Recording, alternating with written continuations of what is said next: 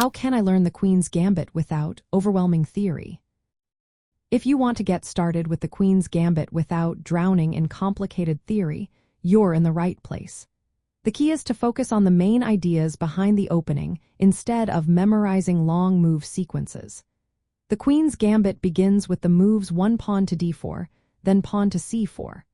White offers the c4 pawn to control the center, especially the d5 square.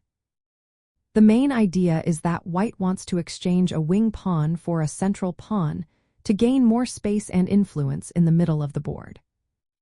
Start by learning the main responses Black can make and what White plans to do in each case. If Black accepts the pawn with d5, White tries to regain it later while building a strong center with moves like e4. Developing the light-squared bishop to pressure Black's c4 pawn is also important. If Black declines by supporting the center with moves like e6 or c6, White focuses on building a solid center and developing pieces actively. Moves like e4 or c5 are common pawn breaks to challenge Black's setup. Instead of trying to memorize every move, think about the strategic ideas. Control of the center is White's main goal. Develop knights and bishops to good squares that support the center and prepare to castle. Learn when to push pawns like e4 or c5 to challenge Black's position. Remember that Black often tries to counterattack or exchange pieces to relieving pressure. A good way to learn is to play casual games where you try to apply these ideas rather than memorize exact move orders. Study annotated games where the reasoning behind moves is explained.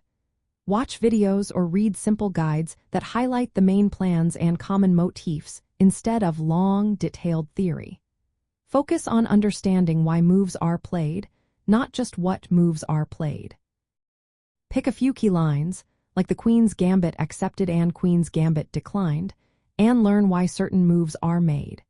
This helps you grasp the purpose behind the moves instead of just memorizing them. By understanding the strategic goals and typical piece placements, you can use the Queen's Gambit as a solid foundation for your games. It's a positionally focused opening that rewards understanding and planning over memorization. This way, you can enjoy playing it without feeling overwhelmed by the many variations and deep theory.